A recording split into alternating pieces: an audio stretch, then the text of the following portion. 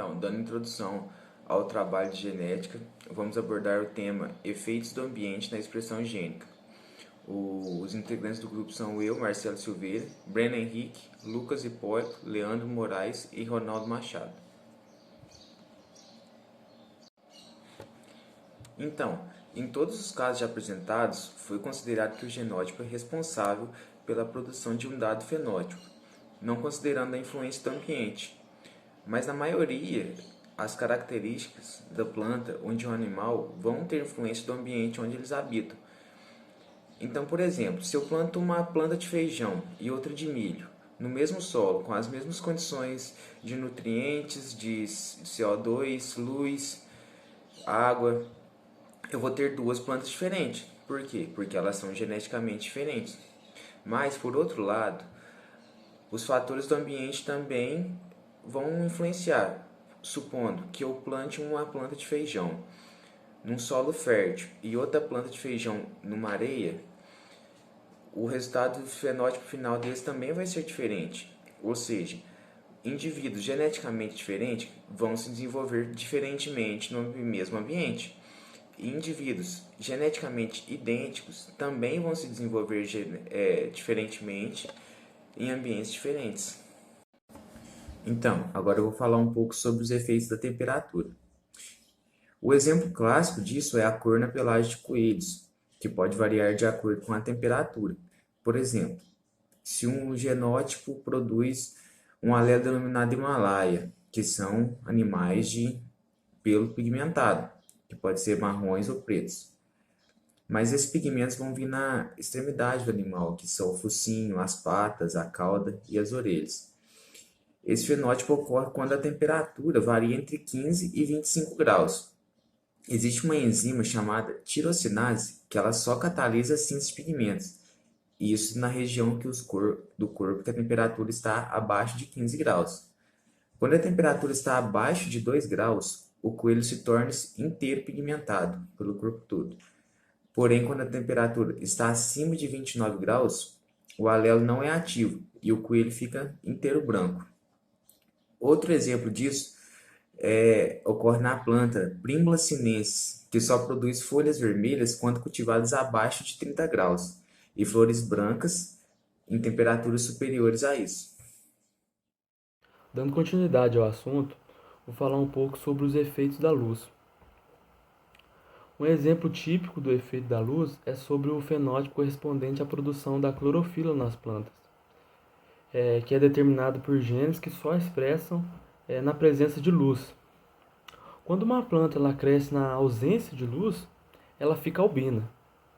E o fenótipo induzido por fatores ambientais é semelhante a outro, determinados geneticamente, sendo uma fenocópia. Então, o que é uma fenocópia? A fenocópia ela é a variação fenotípica que se assemelha a uma mutação, mas causada por influências do ambiente e, portanto, não transmitidas aos sucessores. Voltando ao exemplo que eu falei, o fenótipo albino produzido por deficiência da luz é uma fenocópia do mutante albino, o qual não produz clorofila por causas genéticas.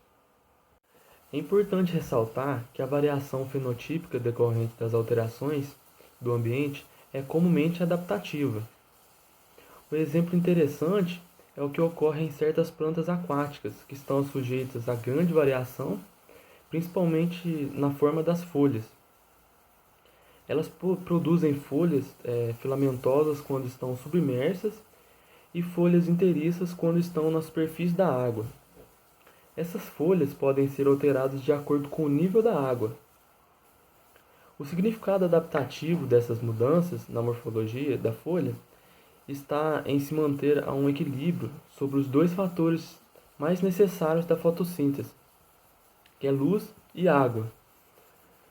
Para a folha submersa apenas, a luz é um fator limitante.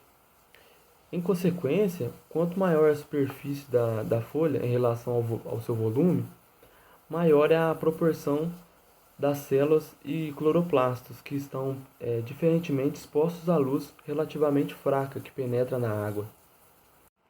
Por outro lado, A folha não submersa recebe bastante luz, mas pode perder água por meio da transpiração. A folha, sendo relativamente compacta, tem a vantagem de reproduzir essa perda de água. Olá pessoal, dando continuidade aos efeitos do ambiente na expressão gênica, eu vou estar falando um pouquinho sobre os efeitos da nutrição.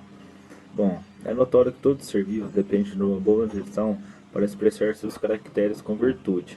Se falando da nutrição de plantas no ambiente, supondo que duas plantas de espécies distintas sejam semeadas em um ambiente adequado, cada planta apresentará sua expressão gênica com clareza. Agora, se colocadas em um ambiente distinto, não terão todo o seu vigor expresso, ou seja, a nutrição é de suma importância na expressão gênica do indivíduo. Agora, se falando duas sementes geneticamente idênticas, uma das sementes é cultivada em um solo rico e a outra em solo pobre de nutrientes. Ambas as plantas, apesar de serem idênticas geneticamente, serão diferentes em diversas características. A disponibilidade de recursos presentes no solo e no ambiente terá influência na expressão de seus genes, e, consequentemente, indivíduos geneticamente idênticos desenvolvem-se desigualmente em ambientes diferentes. Isso pode ser bem exemplificado em plantas com deficiência de nitrogênio no solo, as quais ficam amareladas, sintoma de clorose, embora possuam informação genética para manifestar a cor verde normal. Temos também os efeitos hormonais. Podemos citar aqui o exemplo do milho, onde ocorrem vários tipos de plantas anãs, sendo cada tipo decorrente de um controle monogênico. Alguns mutantes anões, entre eles o braquítico, decorrente do alelo BR2, respondem ao tratamento com hormônios de berelina, produzindo um crescimento normal. Também a enxertia de plantinhas normais contribui para o crescimento do enxerto anão, até atingir o porte normal, indicando uma difusão do regulador de crescimento, provavelmente de berelina, do normal para o anão. As diferentes mutações para o anão correspondem, portanto, ao bloqueio na formação da giberelina, que deve ser o produto final de uma via metabólica. Há vários outros exemplos de efeitos hormonais, sendo que o mais expressivo deles é aquele que afeta a reversão sexual de peixes, mais especificamente da tilápia, em que os alevinos tratados com hormônios alteram a proporção sexual. Normalmente, é buscado ter mais macho entre a população. No entanto, é jogado hormônio masculino para que esse efeito ocorra. Meu nome é Ronaldo, vou dar continuidade à apresentação sobre o capítulo 10. Vou falar um pouco sobre penetrância e expressividade. Penetrância é a porcentagem de indivíduos de uma população com um dado genótipo, que expressa o fenótipo correspondente. Existem dois tipos de penetrância. Penetrância completa, que é quando um genótipo produz um fenótipo correspondente sempre que estiver presente em condições de se expressar, e a penetrância incompleta, que é quando apenas uma parcela dos indivíduos com o mesmo genótipo expressa um fenótipo correspondente. A expressividade corresponde ao modo de expressão do genótipo, que pode ser uniforme ou variável. A expressividade uniforme ocorre quando o genótipo expressa sempre um único tipo de fenótipo, de fácil reconhecimento. Já a expressividade variável é quando a expressão do genótipo resulta no aparecimento de vários padrões de fenótipos ou vários graus de expressão. Nos casos de expressividade variável, isso constitui uma grande dificuldade para o geneticista e melhorista, pois à primeira vista parece tratar de caracteres com controle genético mais complexo, quando na verdade trata-se de um caráter em que um genótipo apresenta expressões variadas. Um exemplo disso é o exemplo de expressividade na cor das pelagens de cães. Nessa imagem, todos os cães possuem o mesmo alelo, SP, responsável pelas manchas na pelagem, só que, contudo, há grande diferença na expressão fenotípica dos animais. Os termos de penetrância e expressividade são utilizados quando não se conhecem todos os fatores que afetam a expressão de um determinado genótipo. Tais fatores podem ser tanto ambientais como genéticos. Um pouco sobre o assunto interação genótipos por ambientes. Até agora foi enfatizado que o fenótipo é o resultado do genótipo mais o ambiente. Na realidade, existe sempre um terceiro componente, que é a interação genótipos por ambiente. Assim, tem-se a fórmula: fenótipos é igual genótipo mais ambiente mais genótipo vezes ambiente. A interação genótipos por ambientes é um fenômeno amplamente disseminado entre as plantas e os animais, e inúmeros exemplos são conhecidos. Essa interação é o principal complicador do trabalho dos melhoristas, que exige que o melhoramento seja conduzido nas condições em que o genótipo será utilizado. A interação dos genótipos por ambientes é caracterizada quando o comportamento das raças, linhagens ou cultivares não são consistentes nos diferentes ambientes, isto é, a resposta de cada genótipo é específica e diferente de outros genótipos às alterações que ocorrem nos ambientes. Uma boa situação para ilustrar a interação é a existência de plantas de um determinado patógeno que possui inúmeras raças. Por exemplo, o caso da resistência do feijoeiro ao causador da antracnose, que traz muitos prejuízos aos produtores em suas plantações de feijão. Olá pessoal, dando continuidade aqui ao nosso trabalho, eu vou falar um pouco para vocês sobre a estimativa da contribuição do efeito do genótipo, ambiente e da interação do genótipo pelo ambiente. Ou seja, vamos conversar um pouco sobre o quanto o genótipo interfere no ambiente e o ambiente interfere no genótipo, um pouco sobre essa interação.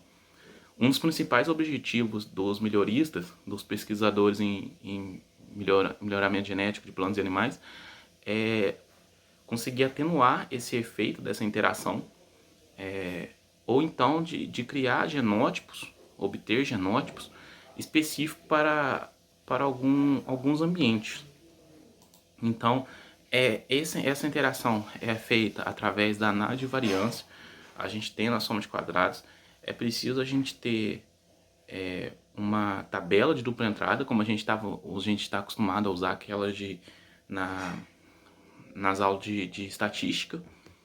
E então o que acontece? A gente tem a soma de quadrados totais, a soma de quadrados da cultivares e a soma de quadrados locais.